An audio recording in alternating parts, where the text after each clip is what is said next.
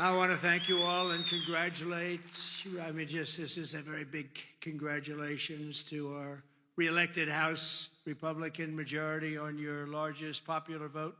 Did you know that? Since 1928? That's a long time, Mike, right? That's a long time. But I especially want to thank our outstanding leadership team. Speaker Mike Johnson, we all know so well. He's doing great. Majority Leader Steve Scalise, who's gone through so much, and he looks better today than he did 10 years ago. I don't know what's going on. Thank you very much, Steve. You look great. Majority Whip Tom Emmer. Tom, thank you. Great job. And House Conference Chair Lisa McLean. Lisa, thank you very much. Great job. Thanks as well to all of the incredible House members and staff for your tireless work on behalf of our country, along with Congressional Institute CEO Kelly Strickland. Thank you very much. Thank you. Kelly, thank you very much.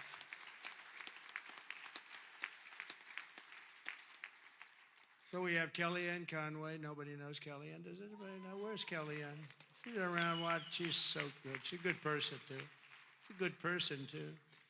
And the mayor of Hialeah, I love this guy because he said, sir, we want to name a major boulevard after you. And he did it. Anybody that names a boulevard after me, I like him a lot. Esteban Bovo and Hialeah, mayor of Hialeah, thank you, wherever you may be. Esteban, where are you? Thank you. Thank you very much. Thank you. Great honor, actually. A lot of people come back from Hialeah. They say, they just named a road after you. I said, that's okay. It's a beginning, right? It's a start. With the help of everyone in this room, we've just won the most epic, consequential political victory in American history, according to a lot.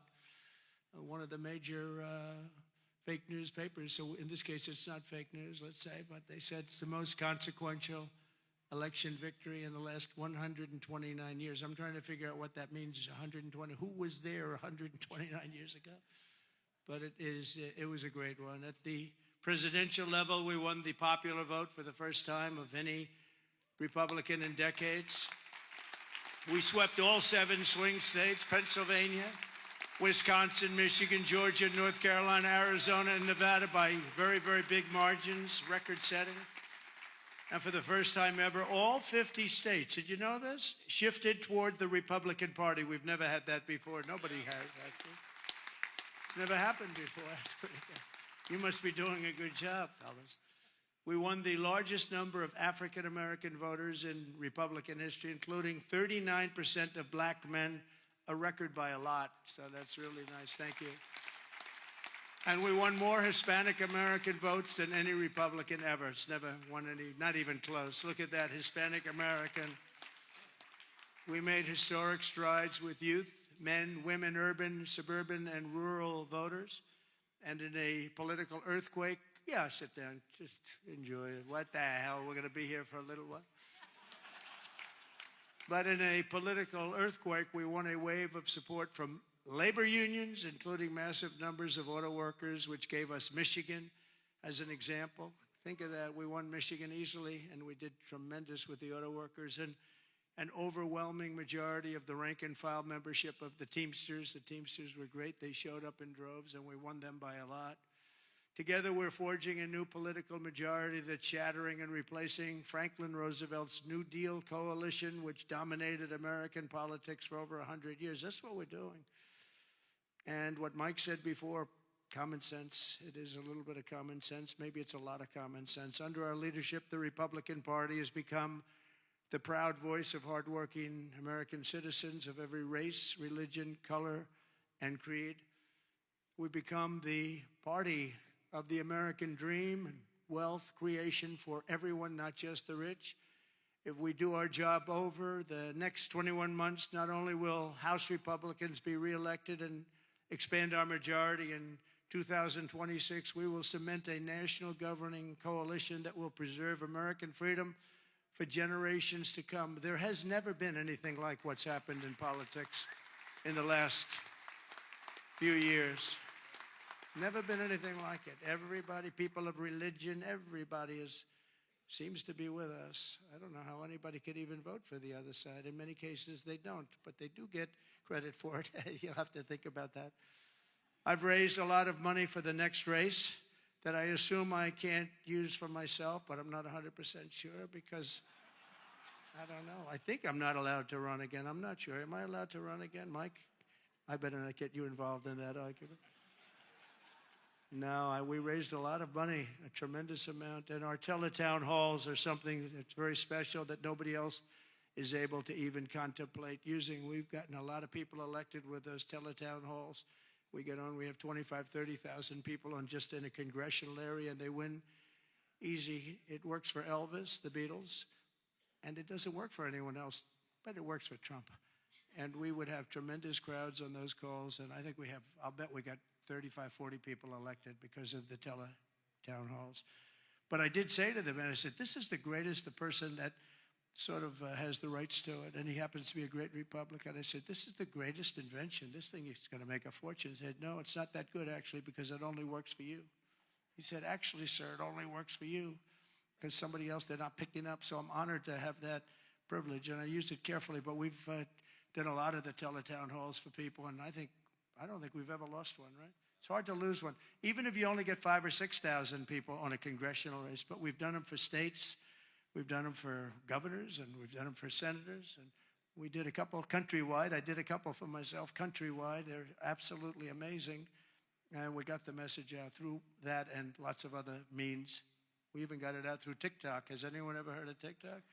I have a little bias toward TikTok right now, I have to tell you. So we won youth by the largest margin. No Republican, we generally don't win youth. We won by 36 points. Can you imagine that? And I think TikTok had something to do so. Pardon me if I'm a little bit, I became a little bit jaded toward TikTok, but we'll see what happens. We're going to have a lot of people bidding on it, and if we can save all that voice and all the jobs, and China won't be involved. You don't want China involved, but we'll see what happens. We'll see what happens. But over the past 7 days, my administration has been moving with urgency and historic speed to reverse every single disaster of the Biden administration. By the way, the guy was a disaster, okay? We want to be nice, and he's probably not listening right now because it's a little late, but I don't want him to listen. I don't want to say it. I feel badly. I was, making the inauguration speech, and I'm saying all the bad things, and he's sitting like right here.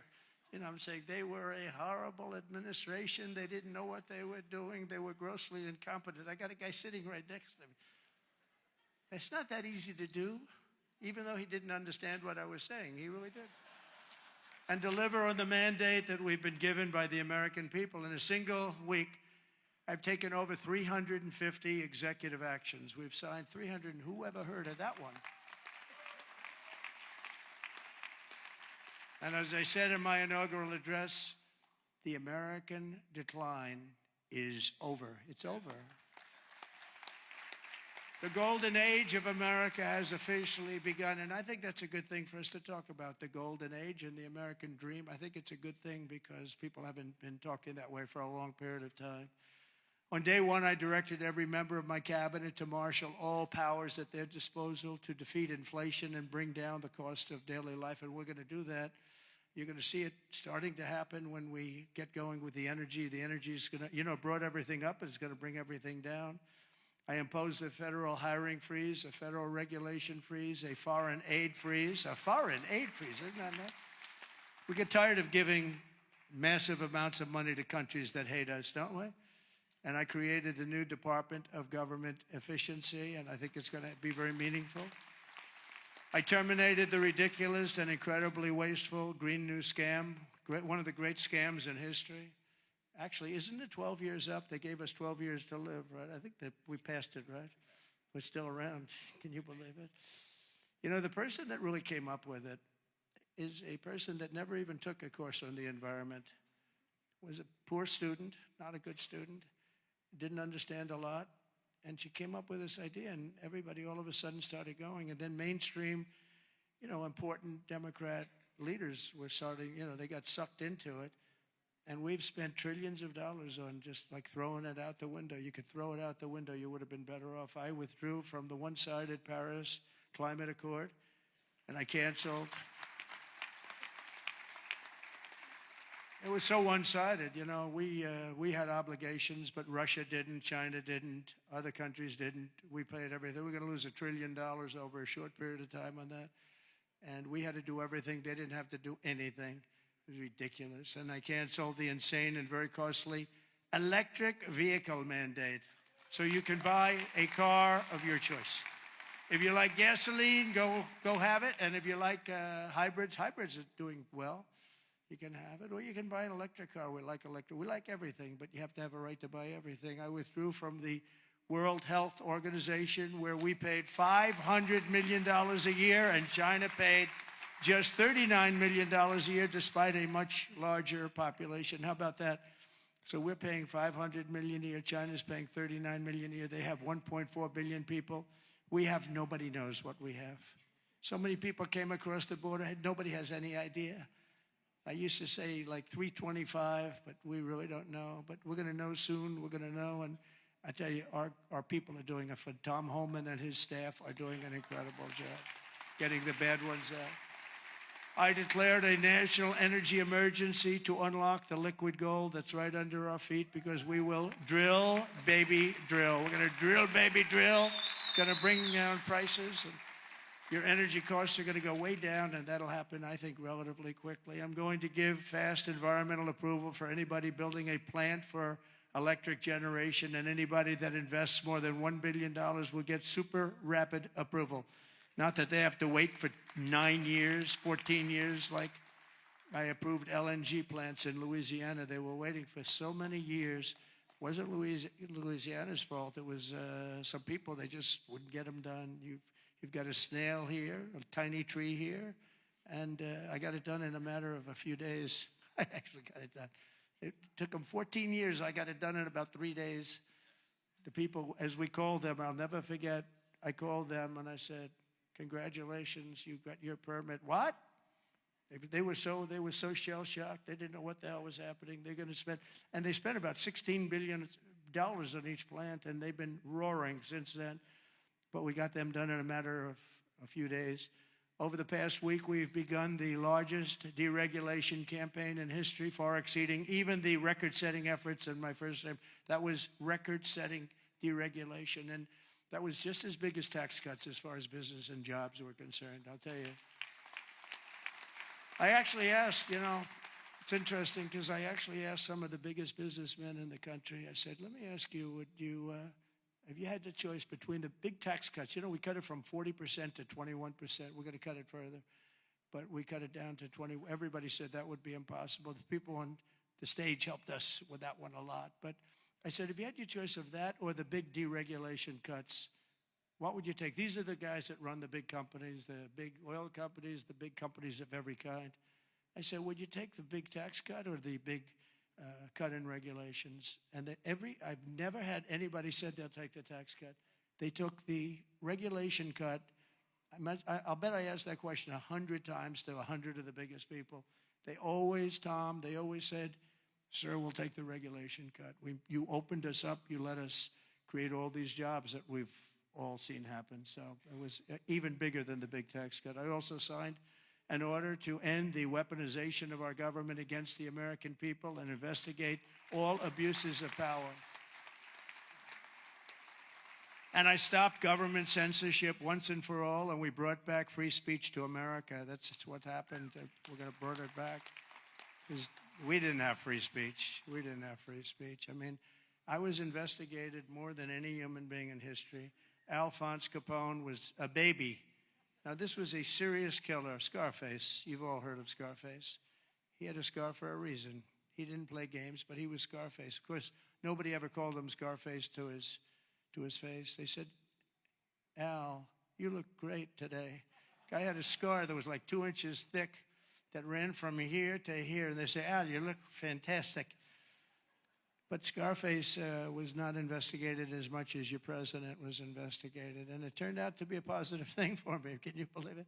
It turned out to be, we got a lot of votes. I think we got a lot of votes because they saw it was weaponization. It was a fight against a political opponent. I ordered the end to all of the lawless diversity, equity, and inclusion nonsense policies across the government and all across the private sector and the military. We got it. We're getting it out, and we've gotten it out pretty much. We did that in 1 week, and it wasn't that easy, but everybody wanted it. People that were strongly in favor of it, I thought, called me and said, thank God you got rid of that. That was so bad. It was so bad. We hated it. We abolished 60 years of prejudice and hatred with the signing of one order, all approved by the Supreme Court of the United States. It was a big thing, and the United States has become a meritocracy again. We are a country that's based now on merit for success. Merit. If you're good at what you do, you're going to go places. I made it and who would have thought that was going to happen? We didn't even talk about that one because I figured that one was going to be toughest to get. And so we are now, if you do a meritorious job, if you do something where you're just outstanding, you advance, and that's what it's about. It's about competition, and it's about a lot of things, and the other becomes a very dangerous plateau. We were on that plateau too long, and it's one of the reasons that you saw very bad things happening with our country. I made it the official policy of the United States government that there are only two genders, male and female. Gee, that was a tough one. That was a tough one. Some of these people say like 7 genders. I'm trying to say, go and name them. They got some weird stuff going on. No, we have 2 genders. I renamed the Gulf of Mexico the Gulf of America, and we are restoring the name of a great president, William McKinley, to Mount McKinley in Alaska in honor of the incredible people of the state of Ohio who loved their governor and loved the man that became president. He was the big tariff sheriff, they used to call him, and made a lot of money. Our country became very rich, and when he was assassinated, Teddy Roosevelt became president, and he spent all of that money that was made from tariffs. The money was so enormous, and they built the thing called the Panama Canal. You might have read about this lately. It's become a hot subject because China essentially has taken it over, and we're not going to let that happen. We're not going to let that happen. It was the biggest investment to this day ever made by the country. In other words, if you bring it up to modern day numbers, we spent money that we've never spent anything so much. We've never had so many people die. 38,000 people died building the Panama Canal 110 years ago. And they gave it away for $1. It's also one of the most profitable things ever built. You know, ships are lined up back to Florida trying to get through. We're not going to let that happen. Wasn't the deal. We didn't give it to China. We gave it to Panama, sort of, I guess. But they haven't behaved properly. Perhaps most importantly, I declared a national emergency to stop the invasion of our southern border. We're going to stop that invasion. We've already done it. And today in Tijuana, you probably saw, I got a call from Tom Homan and some of the people. They said, sir, it's unbelievable. There is nobody. You have this huge area. It's a gathering area. It's always been packed with these people. What they did to our country is so unbelievable. That they could do this to our country is so horrible. But he said there's nobody there. And then they actually put it on television. I got to see it. And there was literally not one person, this vast area where people stay there all day long and they just walk right into our country. They just unchecked, no way, no check-in for IDs like voter ID. They don't want voter ID because they want to cheat. They wanted these people to come in because they want to cheat too. But who could allow this to happen? But there wasn't one person standing in this massive, an area that's like 5 football fields, that was packed for years under these horrible people that wanted to kill our country.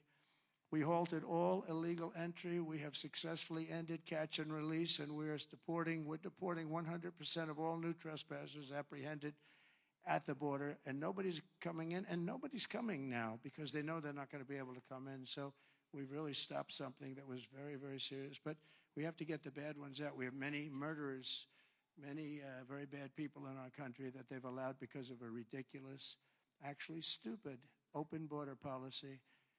I've also deployed troops to the border, and for the first time in history, we're locating and loading illegal aliens into military aircraft and flying them back to the places from which they came. And very importantly, America is respected again.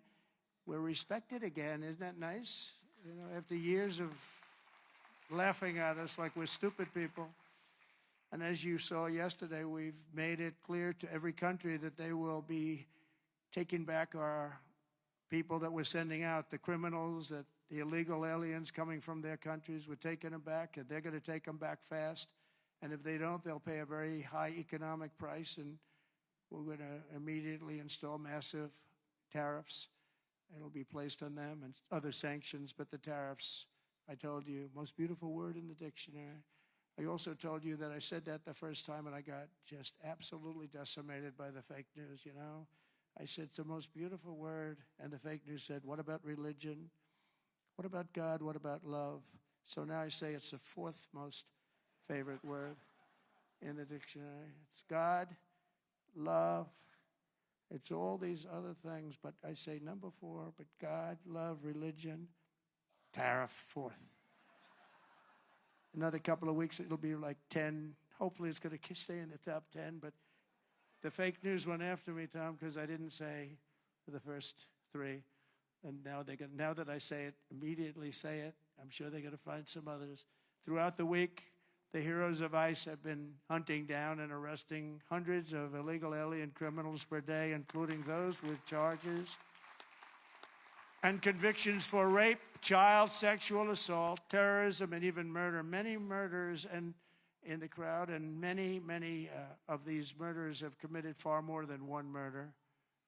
This is not going to work out, and we're going to get them the hell out of here. And members of the savage Venezuelan prison gang known as Tren de Agua and MS-13, including 50 violent individuals who were rounded up in Aurora, Colorado, which the Venezuelan gang took over. The governor, who's a radical left governor, was petrified. He didn't know what to do. He said, no, it's not that bad. They've only taken over a couple of apartment houses.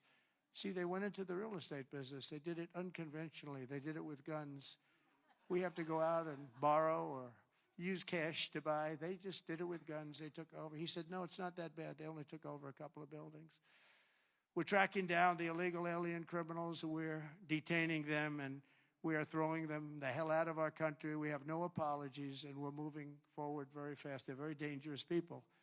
They're very dangerous people. They're violent people. I used to say these are more violent than our criminals. In fact, the best part about them is they make our criminals look quite nice, actually, by comparison. They are very violent people.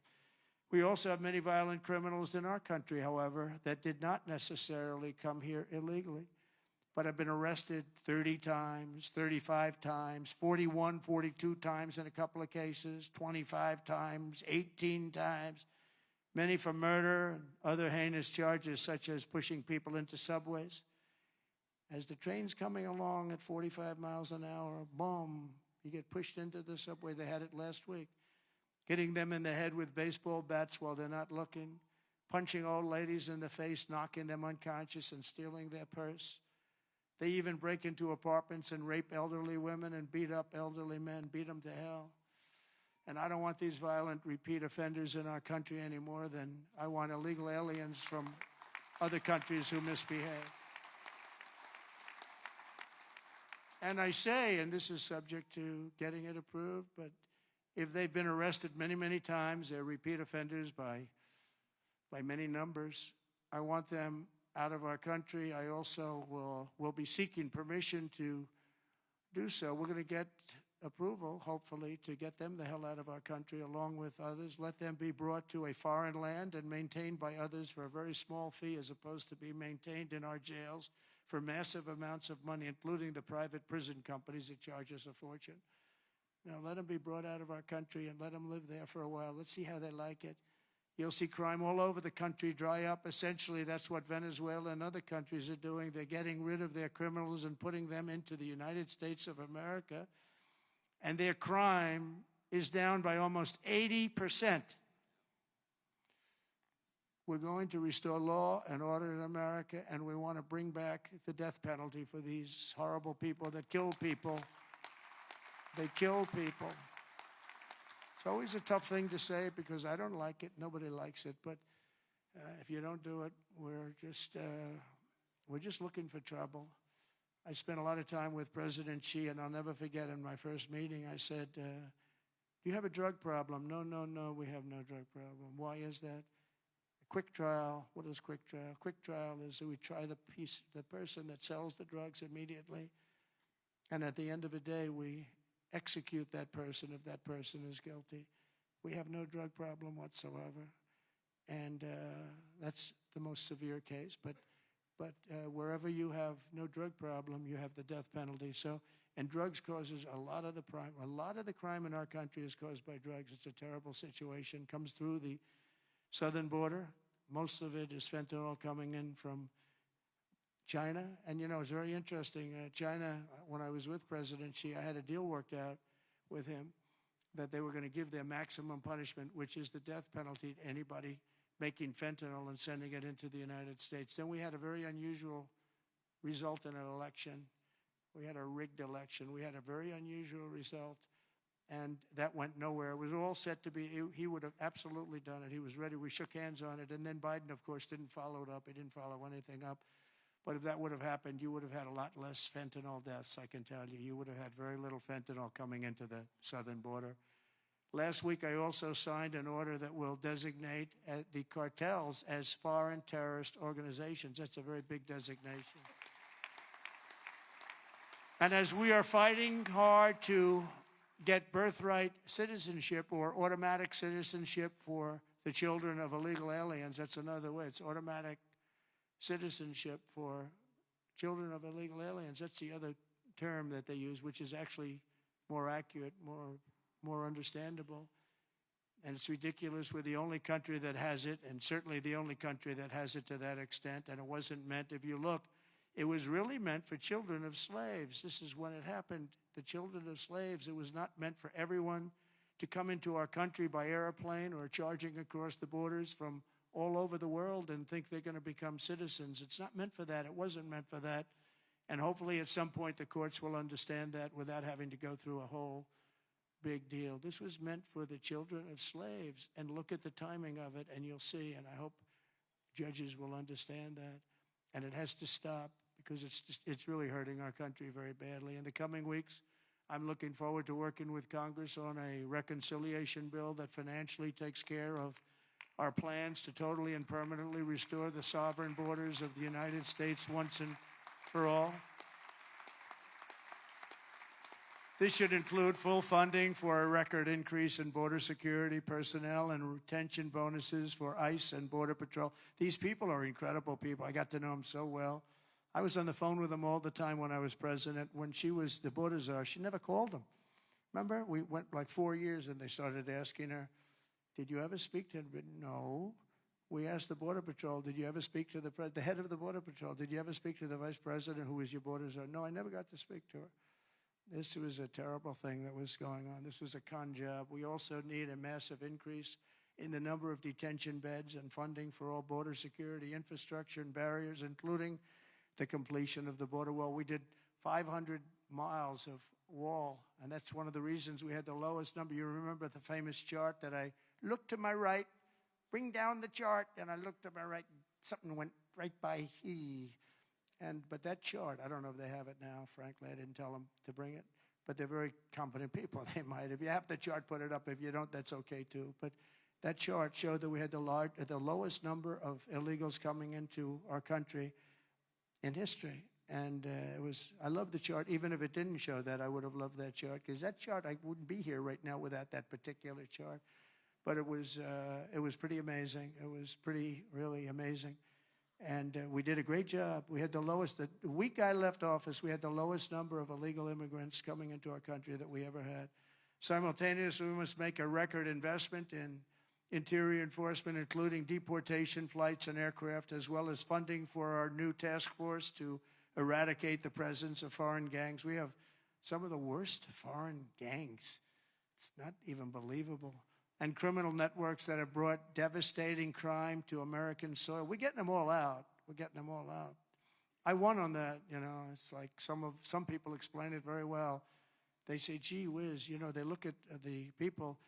As you know, in Colombia, they agreed with us almost immediately after I got involved. And Marco Rubio and I worked together. He did a great job. And we really did. And Mike Waltz, we have a great group of people. But we were being scolded because we had them in shackles. in an airplane, and he said, "This is no way to treat people." Now, you got to understand, these are murderers, drug lords, gang members, just toughest people you've ever met or seen. How would you like to be the pilot of a plane? You got two pilots up there, and you got 300 people sitting in a plane, every one of them either a murderer, a drug lord, a kingpin of some kind, the head of the mob, or a gang member, and you're flying that plane. It's not going to end well. Do you ever see the movie Con Air? That's what, yeah, except here's the difference.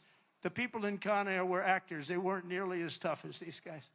I would say that that plane would be gone before it ever left. Those pilots would be gone before it ever left. So they don't want us to shackle them. I don't want to be in that plane. I want to thank every Republican House member for voting to pass the Lake and Riley Act, the first enforcement only bill that's been passed in 3 decades. I met the parents of Lakin, and they were incredible people. They were just so devastated. I mean, can't even explain to you. You can't say somebody's life is over, but essentially their life is so different, and it can never be the same. She was beautiful. She was great, great person. But to have a bill of such importance named after her is a great tribute. But what these parents, and you know, you have so many of them, where they've lost a loved one to crime, but to this new form of crime, criminal, illegal aliens. It's massive. The numbers are massive, and you add that to the crime we already had. This shows the potential for additional enforcement bills that will help us crack down on criminal aliens and totally restore the rule of law in our country. I'm also eager to get to work with Congress on the largest package of tax cuts and reforms in American history. We've got to get that done. And we don't want to get hung up on the budget process. We just want, whether it's one bill, 2 bills, I don't care. Let these guys, they're going to work it out. They're going to work it out one way or the other. But the bottom line, the end result is going to be the same. We want to have all of those benefits. And we want to keep people's taxes low and actually make them lower. And that's not just rich people. That's everybody. It's, frankly, proportionately the lower scale, much more so than a higher scale. Not only must we permanently extend the Trump tax cuts, you know, if we don't, you're going to have about a 60% tax increase. But I also intend to keep my promises, starting with no tax on tips, no tax on Social Security, and no tax on overtime. We're working very hard to get them done, and we are. I went to Nevada just this last couple of days. Started off in North Carolina because I didn't want to forget the people of North Carolina were treated so badly by FEMA. And they came to me, they said, "Sir, you're going to California tomorrow." I said, "Well, what about North Carolina?" "Well, we'll do that another time." And I said, "No, we won't. I'm stopping in North Carolina first." And we stopped there. We met great people. Franklin Graham has done a fantastic job. He's done a great job, but others also. And I met people that were devastated. The Democrat Party with FEMA, their FEMA did absolutely nothing. And we have that worked out. Your congressmen are helping very much there. Your 3 Congress people are working very hard on that whole thing, along with Michael Whatley. And Laura wants to be involved too. Laura Trump, she's doing great jobs. She's done a great. Michael and Laura have been unbelievable as the head of the RNC. They've been unbelievable. Unbelievable. You know why I picked Michael? I said, who ran North Carolina? Tell me. Because in the 2016 election, we did so well. And then in 2020, we did great in North Carolina. But others, we watched, wah, ping, wah, ping. What the hell's going on? But with North Carolina, when he had 600 lawyers, 601 lawyers working for him, and they didn't play games in North Carolina, I said, that's the guy I want to run it. And Michael Whatley has done an unbelievable job, and he worked with Laura so well. She comes from that state, from North Carolina. They've done such an incredible job. So thank you very much. I want to just thank you in front of leadership. Incredible. And I really don't want to give him another job, to be honest. That's the most important job. He said, "Sir, I'll go anywhere." I said, "I don't want you to go anywhere. I want you to stay where you are. We'll give you plenty of money to get the job done, right? But we don't want to lose it." I mean, he's really he could do anything actually, but he's a very talented person. There's nothing more important because we have to win in 2 years or we have to win in 4 years. There's nobody better to head it up. So thank you very much, Michael, and really stand up. We're just an incredible job. Really amazing. I wanted to save that for leadership because I say it all the time. People don't know what the hell I'm talking about, but leadership knows what I'm talking about, and it's really incredible. The two of you as a team are unbelievable. Our administration will also be working to implement the Make It in America plan that I outlined very successfully in my campaign. You know, I think my campaign, I really focused on the border more than anything else. A lot of people said the biggest thing was inflation and the economy, and then maybe the border was third. I always felt the border was first because I felt that people could really understand that you can't have people pouring in from the prisons all over the world and from mental institutions all over the world and dumped into our country. So I talked about that much more so than I did inflation. I mean, inflation was terrible. It was the worst. I think it was the worst in the history of our country. But you can only talk about it so long. You know, the price of apples doubled. The price of bacon is quadrupled. The price, everything is a disaster. And you say it, and then what do you do? With this, I could give examples of what they're doing to destroy our country, and I felt it was the strongest thing. You know, it's funny, in 2016, I won on the border. In 2020, we did so well, I couldn't talk about the border. My people would say, sir, don't bring up the border. Nobody wants to hear it. I said, no, I did a great job. It was a horrible border in 2016, but that border was beautiful compared to what we have now. So I didn't talk about it, and we did great. I mean, look, I got millions of more votes in 2020 than I got in 2016. Nobody ever got the most votes of any Republican in history in 2020. But this time I said, let's make it too big to rig. We're going to make it too big to rig, and that's what happened, and they couldn't. They tried, these cheating guys, these cheating people, but they tried, but they gave up. I brought taxes down from 40% to 21%, which everybody said was impossible, and I did it with these people up here and a lot of the people there. A great congressman. I want to name every one of them, but I'd be naming them all night. I'm looking at them. Look at all these people. They're great. They're so great, Russell and you, and every single Virginia. Look at Virginia. She's a killer. Nobody would know she's a killer. But I got all these congressmen. I want to name every one of them, but I got like 100 and something things. People would say, let's get the hell out of here. This is getting very boring, right? But I will tell you, as a group and individually, they're incredible people. Every one of them I like, although every once in a while, if somebody votes against me, I don't like him for a little while. But we like every one of them. And this guy has the ability to get along with everybody, which he has to when you have a majority of really 5.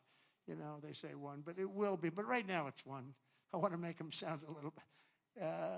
But he has an ability to get along with people, and he's very smart, very tough. But everyone likes him because he's a high-quality person, very religious person, and he's a high-quality person. You know, we have other guys here, and I know that everybody likes them, but they're like one of them in particular. I love this guy so much. I won't name him because I don't want to embarrass him, but I don't know if he'd be happy or not happy, but he's very, very strong, very, very popular, but he has 36 people that won't vote for him. It's 36. That's not a lot. That's a small percentage. Tom is incredible, but Tom has a couple of people that probably have been beaten badly and beaten up. You beat up some people badly, and it's a little tougher. But he's done an unbelievable job. I've become friendly with him. I didn't really know him. And over the last year or so, I've become friendly. He's incredible. He's an incredible leader. You really are. But you have a couple of people that maybe more than one. Let me put it that way. Sure, they all love him. Your wife loves you. That I can tell you. He's got a great. Where are you? Where are you? Stand up, please. Just stand up. Come on. What a great wife and family. It's true. Thank you. She is a great. Look at her. She's very popular, isn't she? Huh? She's great, more than you. You're very popular. And now I'm bringing them down. I'm bringing the taxes down from 21 to 15%, but only if they make their product in America. So if they make their product in America, we're bringing it down. So if you think about it, we took it down from 40 to 15%. But again, you keep 21, but you go down to 15 if you make your product here. We are going to have so many business moving back into our country. And remember, again, the word tariff. We're going to protect our people and our businesses, and we're going to protect our country with tariffs. And you got a little indication of that yesterday with what happened with a very strong country. Colombia is traditionally a very, very strong-willed country. If they don't make their product in America, then very simply they should have to pay a tariff, which will bring in trillions of dollars into our treasury from countries that never paid us 10 cents. We're not going to let that happen. We're not going to let them destroy our country. In the words of President McKinley, who is the tariff king, the protective system invokes the highest law of nature, that a self-preservation, and that is self-preservation. There is every reason, founded in justice, why the American producer should in every way be favored against a foreign producer whose products compete with his. This is our natural market. We have made it. We have made it at enormous cost, capital, and exertion. And think of this. And we did that through exertion and brain and muscle and guts and stamina. We preserved it against foreign wars and domestic conflicts at great sacrifice of men and women. The foreign producer has contributed nothing to the growth or development of this country. So if you want to share with the citizens of the United States our home market, then you must pay for the privilege of doing it. In other words, you have to pay for the privilege of coming into our country, taking our jobs, taking our product, destroying our countries. We mentioned North Carolina, the furniture business, what they've done to these great artisans. I used to go down to North Carolina all the time to buy furniture for hotels that I was building. And they had the most incredible artisans. That whole thing was wiped out by China mostly, but others. And just wiped out, but it's going to come back. It's going to come roaring back. It's all going to come roaring back. We're going to put tariffs on outside countries and outside people that really mean us harm. They want to, well, they mean us harm, but they basically want to make their country good. Look at what others do. China's a tremendous tariff maker, and India and Brazil and so many countries. And so we're not going to let that happen any longer, because we're going to put America first. Always put America first. That's what's going to happen. We're going to establish a very fair system where money is going to come into our coffers, and America is going to be very rich again, and it's going to happen very quickly. It's time for the United States to return to the system that made us richer and more powerful than ever before. You know, the United States in 1870 to 1913, all tariffs, and that was the richest period in the history of the United States, relatively speaking. In other words, relatively. And they set up the Great Tariff Commission of 1887, and this commission had one function: what to do with all the money that we took in. It was so enormous that they had no idea. It was a blue ribbon committee. It was set up 1887, and what to do with all of the money that we had. And again, Teddy Roosevelt was a beneficiary, because when McKinley was killed, he took over this vast sum of money, and he did all of those national parks and all of the other things. And I'm not knocking him, but he was given a vast amount of money, and that was all made through tariffs. We had no income tax. The income tax came in 1913. As I said in my speech last week, instead of taxing our citizens to enrich foreign nations, we should be tariffing and taxing foreign nations to enrich our citizens. Does that make sense, right? Under the American First economic model, as tariffs on other countries go up, taxes on American workers and businesses will come down, and massive numbers of jobs and factories will come home. The job creation will be enormous. In particular, if you look at the automobile sector, I mean, we're just being wiped out. You just take a look at what's happened to that over the years. And the auto workers voted for me. I have an obligation to do what's right, and I'm going to do that. Do you know, in Mexico, they were going to build the largest auto plant anywhere in the world, and it was during the campaign, my most recent campaign. And a very great gentleman, all he does is he builds auto plants. He was building this factory. And I said, how's it going? I said, I want to go around and take a look at one of your factories that you're building, one of the big ones, one of the good ones. I said, okay, are you ready? When are you going to do it? This is 9 months ago. He said, you'll have to go to Mexico. I said, what about the United States? He said, we're putting up a couple, but they're small. He's the biggest guy at doing this. He said, in Mexico, they're building massive automobile factories. I said, you mean they're doing it? And who's the owner of the factories? He said, mostly China. One in particular is massive, and it's built fairly close to the border. So they were going to build cars and send them into the United States for no tax or very little tax and destroy Detroit, just destroy the rest of it, what's left of it, because they've already taken, Mexico's taken 32% of our business over years, over 30 years. And the other one is Canada. Canada's taken massive amounts of, they send us millions of cars. We don't need them for that. We want to have the cars made in Detroit or South Carolina or many other locations, whether it's union or not union. But I said to him, I said, so when is this plant going to open? He said, well, we're going to start it in a couple of months, and it'll be open in about a year and a half. It's the largest plant in the world. I said, I'm not happy with that. And I said in my next speech that I am going to charge them if it takes 100% or 200%. No car is coming in from Mexico into the United States without a massive tariff. And I said it 3 or 4 times. And what happened is about 2 months later, I see that same gentleman who was in the audience, and I said, I want to see him backstage after I'm finished with the speech. And I met him backstage. I said, John, let me ask you, what happened with that plant? Where is it now? He said, sir, China's canceled it. Why? Because they think you're going to be elected, and they thought you were going to charge big tariffs on the cars coming in, and it doesn't work if you're going to charge. So they canceled the plant, and Detroit now will breathe, and we're going to do just the opposite. We're going to have these companies come in, and they can build that plant if they want, but they have to build it across the line. They have to build it in the United States. Amazing. Amazing.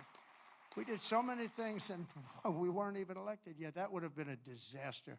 If that plant were built, it would have been a disaster. That would have wiped out.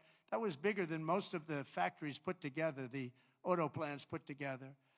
In particular, in the very near future, we're going to be placing tariffs on foreign production of computer chips, semiconductors, and pharmaceuticals to return production of these essential goods to the United States of America. They left us and they went to Taiwan, which is about 98% of the chip business, by the way. And we want them to come back. And we don't want to give them billions of dollars like this ridiculous program that Biden has. Give everybody billions of dollars. They already have billions of dollars. They've got nothing but money, Joe. They didn't need money. They needed an incentive. And the incentive is going to be they're not going to want to pay a 25, 50, or even 100% tax. They're going to build their factory with their own money. We don't have to give them money. They're going to come in because it's good for them to come in. They're giving them money. They don't even know what they're going to do with it. I had people tell me, we have no idea. We didn't need money.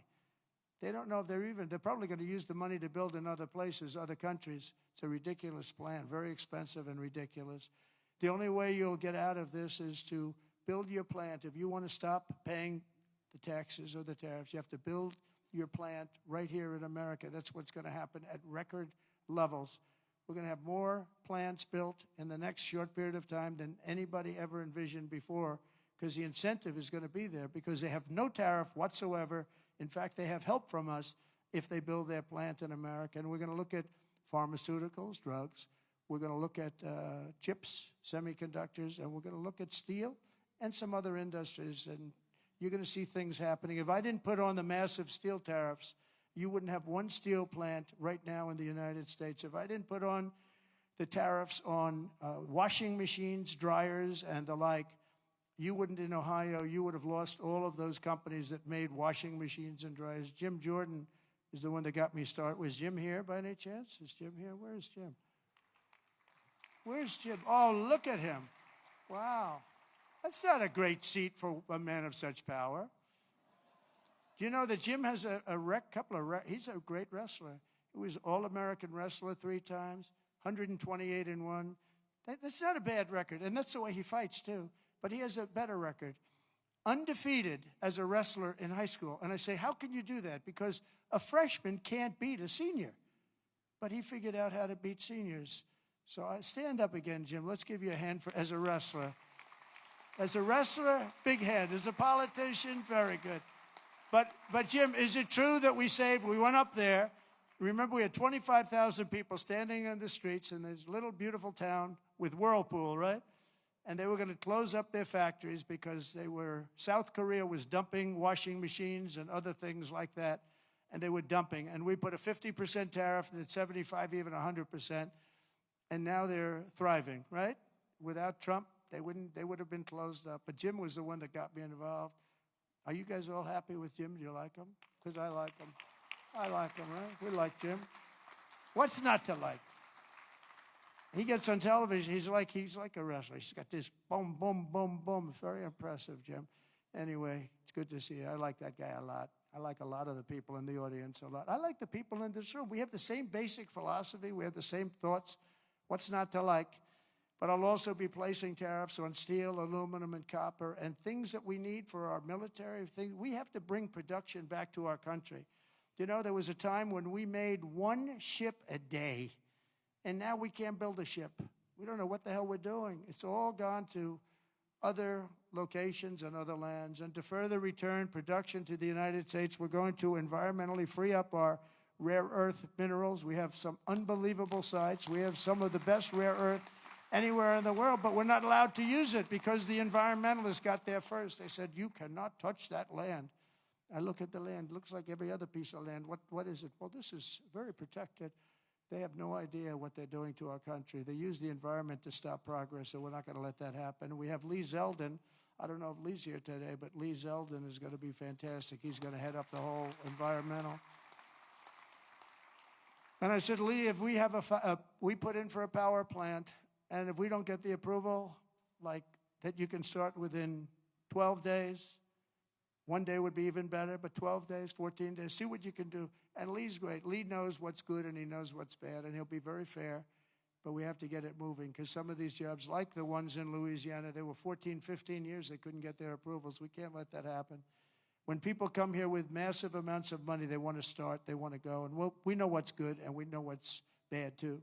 And Lee Zeldin's going to do a great job environmentally. As we fix our tax system, we could also cut colossal amounts of government waste, fraud, and abuse, of which there's a lot.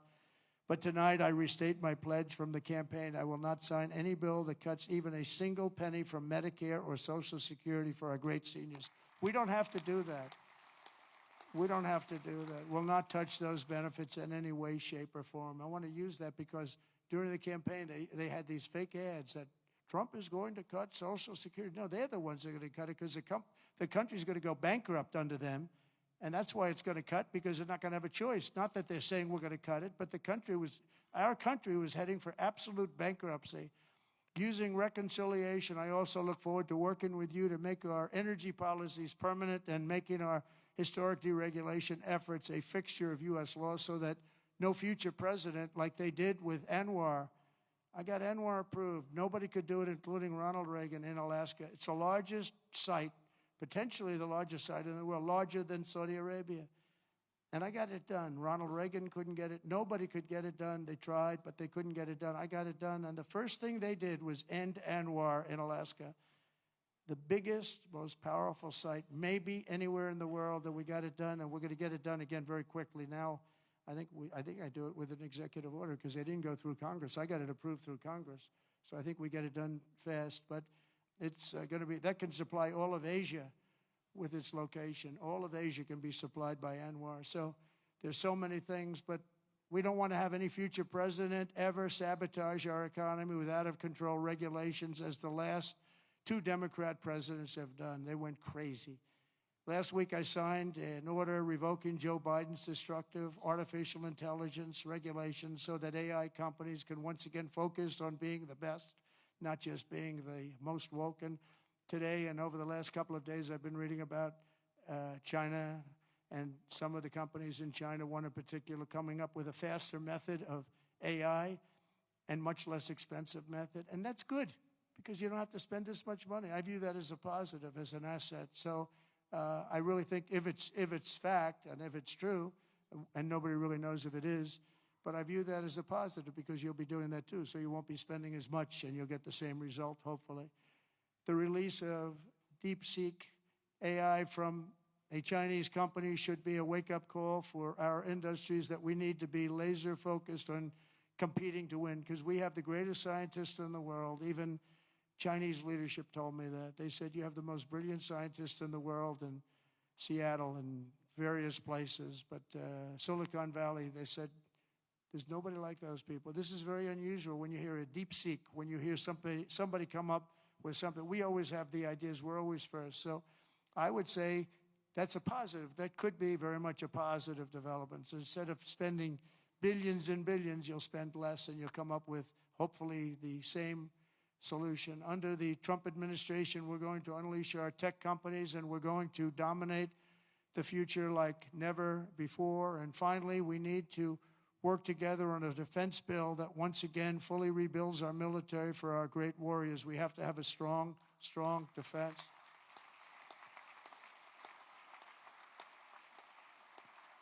And in a little while, I'll be signing 4 new executive orders. First is that I'm directing our new Secretary of Defense, Pete Hegseth, who's going to be great, by the way.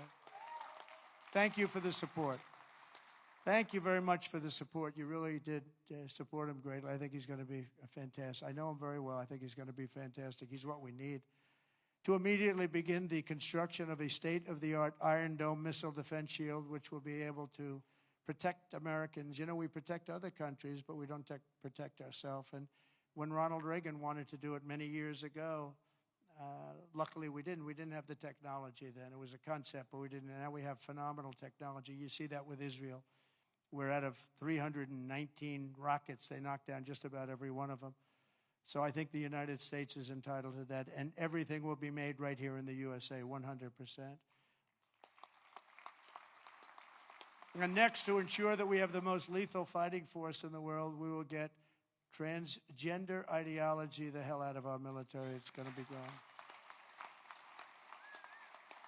In addition, we will stop our service members from being indoctrinated with radical left ideologies such as critical race theory. We're going to stop it. It's already been stopped. It's already been halted, totally halted. And finally, we will offer full reinstatement to any service member who was expelled from the armed forces due to the COVID vaccine mandate. And we will restore them to their former rank with full pay. And I think we're going to have a lot of people that join. And one thing I'll say, if you looked at our recruitment over the last week or so, 2 weeks, it's through the roof. You know, we were having a lot of people weren't signing. We were having a hard time recruiting people because they were looking at these people that they were supposed to be their leaders, and they weren't happy. They didn't like people that fall going upstairs. If you're going to fall, at least go downstairs from the plane.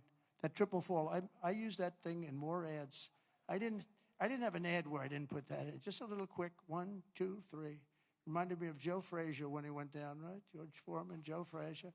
3 falls in a matter of seconds. I said, can you speed it up a little bit? People are getting tired of it. But no, we have now the best recruitment we've seen in a long time. There's a tremendous number of people wanting to sign up. January 20th, 2025 was a turning point in American history. Starting last week, we're ending years of incompetence, radicalism, and betrayal. And we're ushering in the most exhilarating era of reform and renewal in the 250-year history of our country. And just in conclusion, I just want to say that this has been a very exciting and will be a very exciting new chapter. There's nothing we cannot achieve as long as the Republican Party remains united. I hope you can remain united.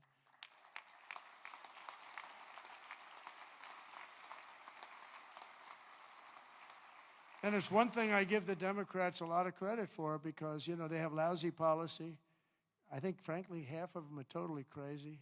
But they do stick together. They stick together on stuff that nobody can. I mean, how can you want prisons emptied out into our country? They stick together. They stick together on everything. Impeachment hoax number 1, impeachment hoax number 2. They stick together. Although I must tell you, you gave me great support during those 2 problems.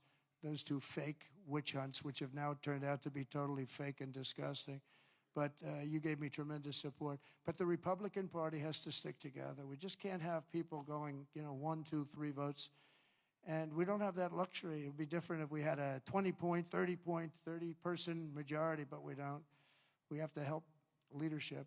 And, you can be assured that you have certain philosophies, that if you're going to have most of the people, almost all of them, voting for something, you're going to be okay. It's not going to be bad. You have to stick together. It's the one thing that I would say we don't get very high marks. Everything is so hard We'll always have 2 or 3 or 5 or something, people that just don't want to do it. And you just got to do it. You just got to do it. Make life easy. Just got to do it.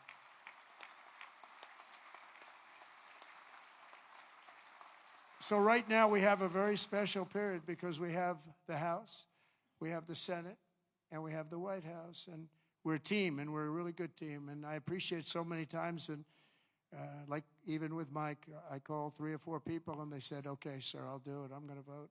I'm going to vote positively. And they're very happy they did now. But when I called, we've gotten such a great response. We just had that happen with Pete Hegseth, and we have it happening with others. But we really appreciate it with the House. The House has been, it's a very difficult situation when you have that small a majority. But in a certain way, it brings you together. It actually can unify more than anybody would ever know. And a victory is sweeter, as they say, because of it. And I think we're going to have a lot of victories, but we have to stick together. We have to work together. We have to fight together. And we're going to win together. We're going to win like never before. We have a chance to win like never before. As long as we stay united, the 119th Congress will be remembered as the most successful and accomplished Republican majority in American history. I believe that. I think we have a chance of doing that. All right?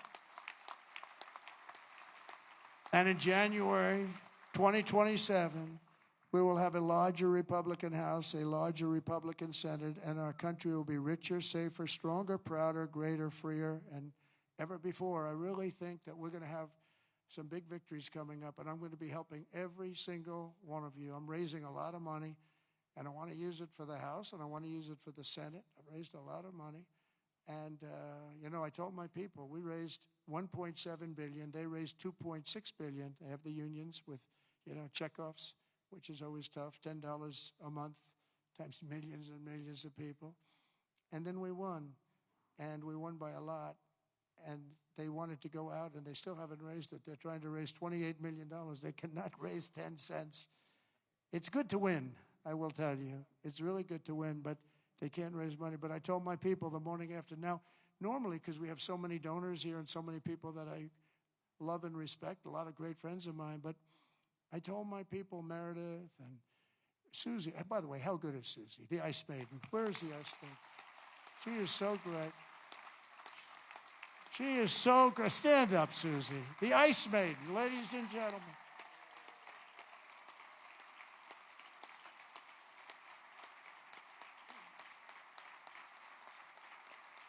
Wow, look at that.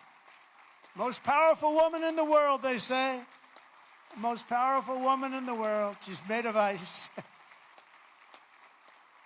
She's great. No, when I came to Florida, Florida was a Democrat state, had a Democrat governor. They had one Democrat senator. It was largely a Democrat state. And through various reasons, I ended up with Susie running the campaign, and she was unbelievable. We won it in a landslide. And then the second time, we won it in an even bigger landslide. And when it came time to choosing somebody to run the campaign, the whole campaign, I said, what about Susie from Florida? She never lost. I won every primary. I won every. I didn't lose anything. And again, it was a Democrat state. And it was a landslide both times. And all of the Republican stuff was almost like it didn't even exist. It was amazing. I said, what about Susie? Well, sir, a woman has never been in this position before. I said, really? Oh, by the way, we have Kellyanne Conway. She didn't do too badly either, right? She did a great job, 2016. And when it came time to chief of staff, do you know that there has never been a woman chief of staff? But there is now. There is now, right? I didn't know that. I'm so surprised. I'm very surprised. But it came time to running the campaign, and I said, well, I've never had a loss with Susie. She comes from great stock, Pat Summerall is her father. Pat Summerall was a football player, great football player, but a really great announcer, really the voice of the NFL for 27 years or something. He was great, and a leader. He worked with John Madden, and he was able to get John Madden to do things that nobody else could do. They'd say, Pat, John is really difficult. Now, John was a difficult guy, but he got big ratings, and he was good. And Pat would go up, come on, John, let's get this done. Come on. I know you don't like the heads of the company. Just that's it. They're paying you a lot of money. Come on, John, let's get it done. And he'd go and do it. And this went on for, what, 27 years, right? But he was a leader, her father. And, you know, this is somebody that has the gene. I'll tell you, she's great. And she's done a fantastic job. So she was so good with the campaign. I said, let's let her do the campaign. And it was flawless. And again, I said before, we had her win a lot of votes because it's crooked as hell. And I hope you can go to voter ID and same-day voting and paper ballots and all of those things, because ultimately we'll never lose a race if you do that. I'm telling you, you'll never lose a race. And I hope you can get that. And that's said to the governors mostly, but this, you know, you people have a lot of power over it. But Susie ran the race, and we did phenomenally, and then we just made her the chief of staff, and she's doing great. They say it was the greatest week, opening week, in presidential history, and I think, you know, couldn't be a hell of a lot better. Even CNN is saying, this guy is amazing. I couldn't believe it. I said, did CNN really say that? Because nobody watches, so nobody was able to confirm it. But it was pretty amazing. Oh, the camera just went off. It's always tough. Usually you get them by surprise. But I just want to thank everybody. We're going to make this tremendously successful. We're going to have, I believe, we're going to have one of the greatest 4 years in the history